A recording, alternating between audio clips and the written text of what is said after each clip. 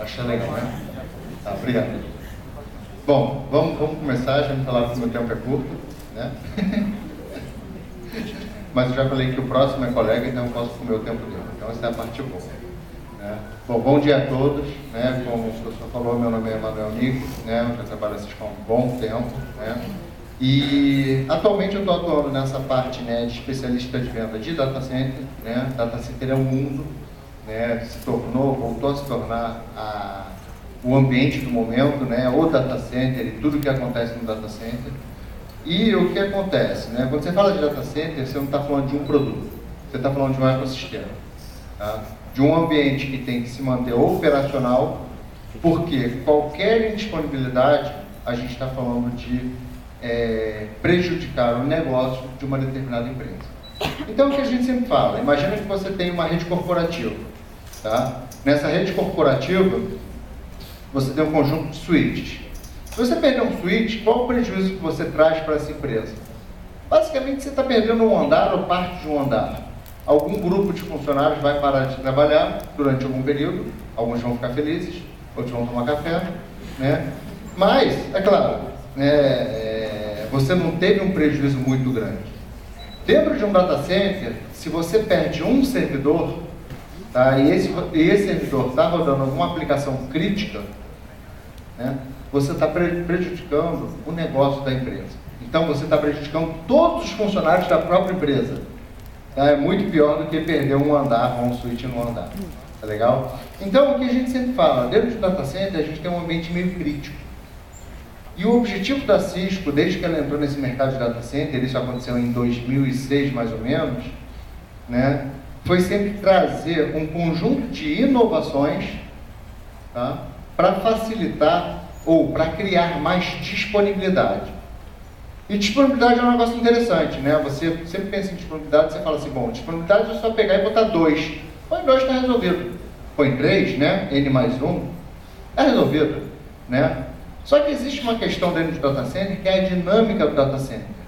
Não é um ambiente estático, é um ambiente dinâmico, é um ambiente que toda hora tem alguma coisa nova acontecendo. Sempre tem um sistema operacional entrando novo, sempre tem uma máquina nova entrando, uma aplicação nova entrando, um firewall novo, regras novas. Quer dizer, é um ambiente muito dinâmico, muito mais dinâmico do que o ambiente corporativo. Que você geralmente faz um template, aplica esse template para, sei lá, 1000 equipamentos, e segue no dia a dia, espera ter algum ataque, quando tem algum ataque tem que reagir ao ataque. Então, assim, o data center é um pouco mais dinâmico do que o ambiente corporativo. Tá? E por esse motivo, uma das coisas que a Cisco tem trazido, né, mais recentemente, tá, é exatamente o tema dessa apresentação. Tá? Uma forma melhor, eu vou pedir desculpas, não deu tempo de traduzir a apresentação, tá? Mas eu acho que todos aqui devem falar inglês, se não falam é melhor entrar num curso rápido. Tá? Uma melhor forma de entregar uma simplicidade operacional. Tá? O objetivo é simplificar o dia a dia de um data center. Tá bom? E aí a gente vai falar sobre um conjunto de temas, tá? Vou tentar não ser muito... Eu tenho 1 hora, já não tem mais 1 hora, já tem 50. Tá? Mas eu vou tentar não ser muito extenso, mas eu vou tentar passar por todo o portfólio da Cisco. Só para mostrar para vocês quais são os diferenciais, por que a Cisco entra em algumas áreas, tá? E quais as inovações que ela leva nessas áreas que não são muito comuns. Tá? Geralmente o que acontece, a Cisco ela desenvolve alguma inovação, leva para os órgãos, né, responsáveis para que essa inovação se torne um padrão.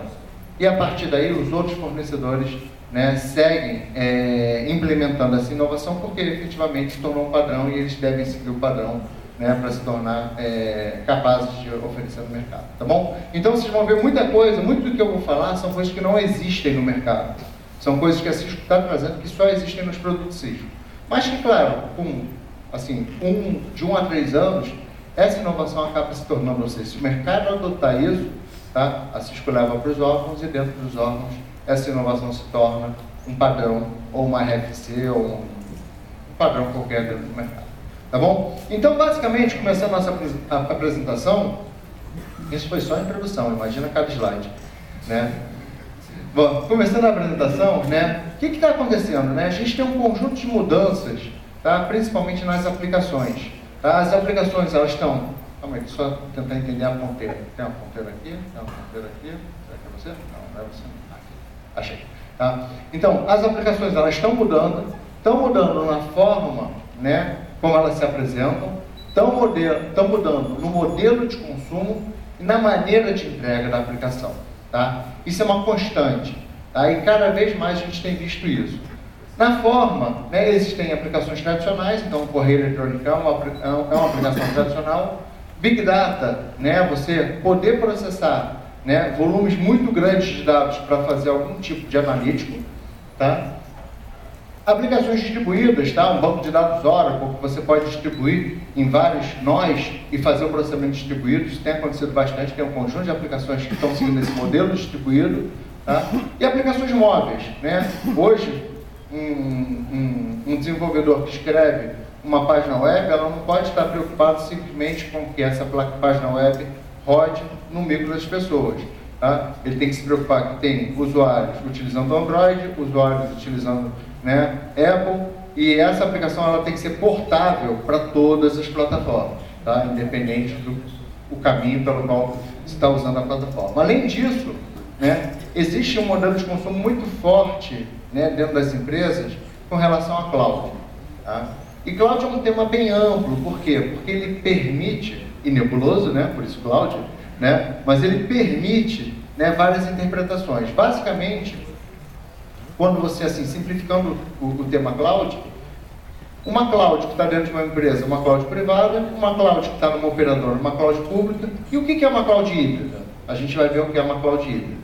Mas basicamente é a possibilidade de estender a cloud privada para dentro da cloud pública.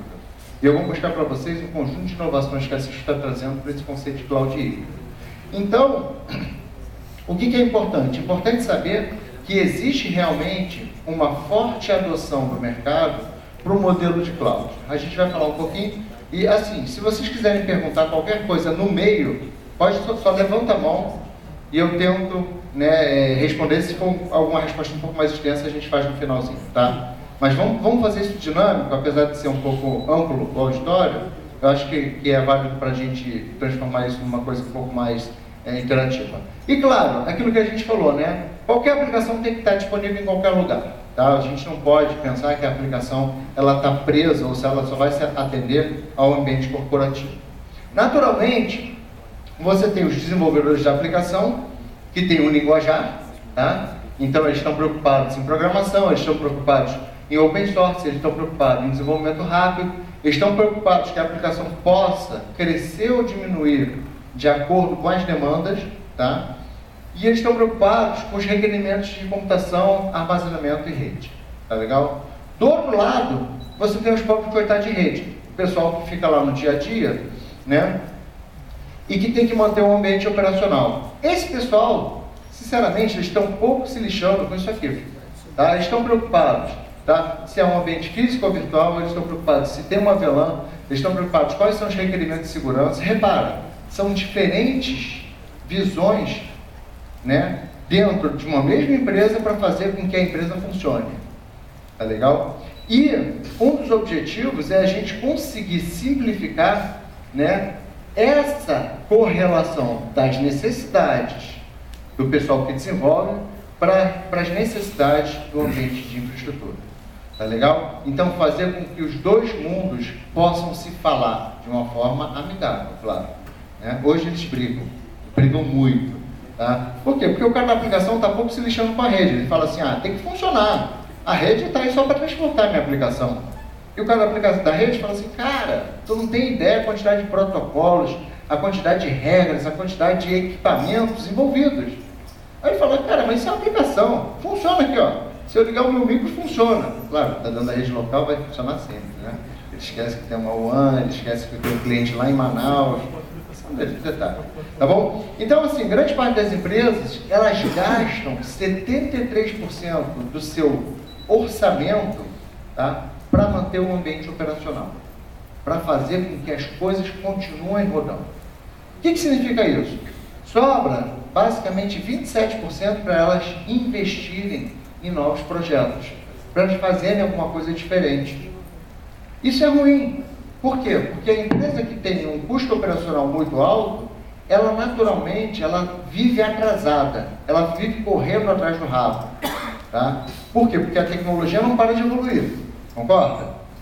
Vocês que estão nesse mercado de tecnologia, a gente que está no mercado de tecnologia, 6 meses de desenvolvimento é muita coisa acontece. Tá? Se vocês pararem de pensar, qualquer aplicação, pega, sei lá, tenta pensar numa aplicação. Quem usa o WhatsApp aqui? Só todos. Há quantos anos vocês usam o WhatsApp? 1 ano? 1 ano, gente. Há 1 ano atrás não existia o WhatsApp, ninguém sabia o que era o WhatsApp.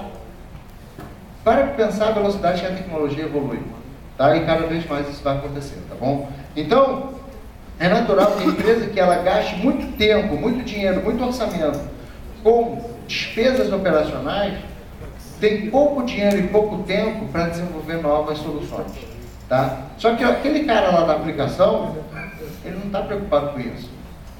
Tá? Ele está com pressa, ele quer lançar novas coisas, ele quer colocar novos sistemas, ele quer rodar novas aplicações. Por que ele quer isso? Porque ele está recebendo uma demanda do executivo da empresa. Então olha só que barato, né? Você tem um executivo da empresa pedindo um monte de necessidades, né, do ponto de vista de sistemas e aplicações, que vai pedir requerimentos para o pessoal de infraestrutura. Só que o pessoal de infraestrutura está preocupado em manter o ambiente operacional. Ué, olha só que barato. Então as coisas não casam, tá? Então por isso o objetivo de reduzir ou simplificar, tá, o custo operacional, a realidade operacional da empresa. Tá bom? O que acontece? Então a Cisco ela vem para esse mercado de data center com uma arquitetura, tá? Uma arquitetura que a gente chama de Unified Data Center, tá? Essa arquitetura, ela olha para a infraestrutura de rede, de computação, capacidade de automação e segurança, tá? Com o objetivo de trazer alguma eficiência financeira, tá? Trazer alguma simplicidade operacional e, naturalmente, trazer alguma agilidade no negócio da empresa, tá bom? Como é que é isso? Isso tudo é baseado em cima de uma infraestrutura. Essa infraestrutura que eu vou falar agora, chama ACI, Application Centric Infrastructure, é uma abordagem nova da Cisco. Tá? A gente está falando de uma abordagem que tem 4 meses? Mais ou menos isso, uns 4 meses. Tá legal? E é uma abordagem que a Cisco está trazendo para o mercado porque ela acha que faz sentido. Você fala, é um padrão de mercado? Não é um padrão de mercado, é uma abordagem nova. Tá? E qual é essa abordagem? A abordagem é criar uma arquitetura unificada, tá? Essa arquitetura, ela seja válida não só para o data center, mas se estender tanto para o WAN quanto para a rede de acesso, tá? Ela visa o uso de uma plataforma aberta. O que significa aberta? Aberta não quer dizer open source. Aberta quer dizer que está apta a receber programabilidade e receber APIs do mundo aberto, de outras fontes. Tá legal? Então isso significa ser aberta, ela não é fechada. Então imagina, eu tenho uma empresa que ela tem um sistema de gestão. Esse sistema de gestão ele já funciona hoje 100% com os recursos de infraestrutura. Tá? Com essa nova plataforma, vai funcionar? Claro que vai funcionar. Por quê? Porque eu tenho APIs abertas que permitem que esse sistema de gestão fale com esse sistema de infraestrutura. Tá? Então isso significa ser aberto. Tá? E baseado em políticas. Tá? O que é políticas? Políticas nada mais são do que padrões. Tá? Então sempre que você pensa em políticas, qual é o grande barato de você conseguir fazer algum tipo de automação, algum tipo de eficiência operacional? Primeira coisa é você criar padrões. Você criar regras padrões que elas possam ser colocadas dentro de uma política e aplicadas independente, né, ou dependente do que você quer fazer. Então vamos imaginar o seguinte. Imagina que eu tenha um ambiente de virtualização super forte. Eu uso aqui na minha empresa Zen, né, Citrix Zen, tá? E para eu habilitar um novo servidor, eu tenho um conjunto de políticas, tá? Eu coloco isso dentro de um padrão, dentro de um pacote, tá? E sempre que eu precisar habilitar ou capacitar um novo servidor, eu não vou pensar, eu vou utilizar aquele template, tá? De forma que todos os servidores que utilizam o mesmo sistema operacional sigam o mesmo template. Tá? Então, quando a gente fala baseado em política, significa comece a estruturar um pouco mais, comece a tentar criar alguns padrões de forma que você possa multiplicar isso sem prejudicar. Ah, precisa alterar um padrão. Beleza, quando você alterar, isso vai refletir em todos os equipamentos que seguiram aquele padrão. Tá bom? A gente vai falar um pouquinho mais sobre isso.